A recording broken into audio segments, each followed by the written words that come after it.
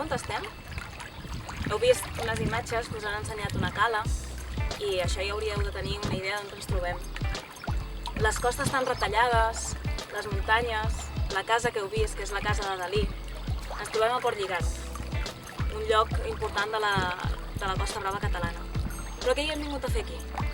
Sí, hem vingut a prendre el sol, segurament a banyar-nos, però si ens fixem en una mica de detall i observem, podrem veure moltes coses que no es poden veure a simple vista.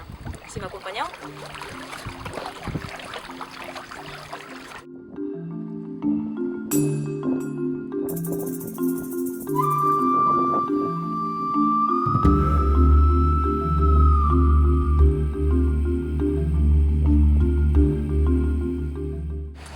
Tots els organismes, l'anèmona que heu vist, la marieta i nosaltres mateixos, hem d'adaptar-nos al medi.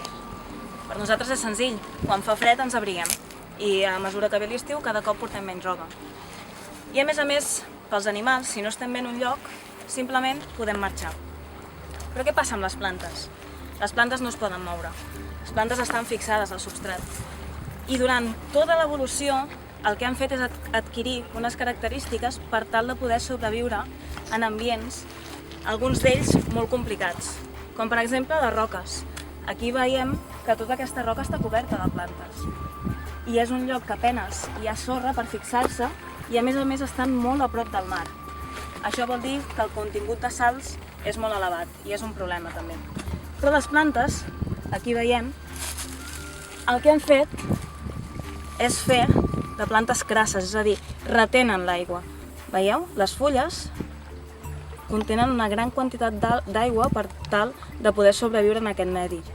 Aquesta és l'ungla de gat, una planta introduïda, i aquí tenim el fonoll de mar, que també té les fulles engruixides per tal de retenir aigua. Això és el que fan les plantes terrestres, però també ens trobem plantes que poden viure dintre del mar. Secundàriament, un cop les plantes van colonitzar tot el territori, algunes d'elles el que van fer és tornar a dintre l'aigua. I per fer això també es van haver d'adaptar. Un exemple són les praderies de Posidònia. Aquí a Port Lligat n'hi ha una. I es pot veure. I si veniu, ens hi capossem i l'observem.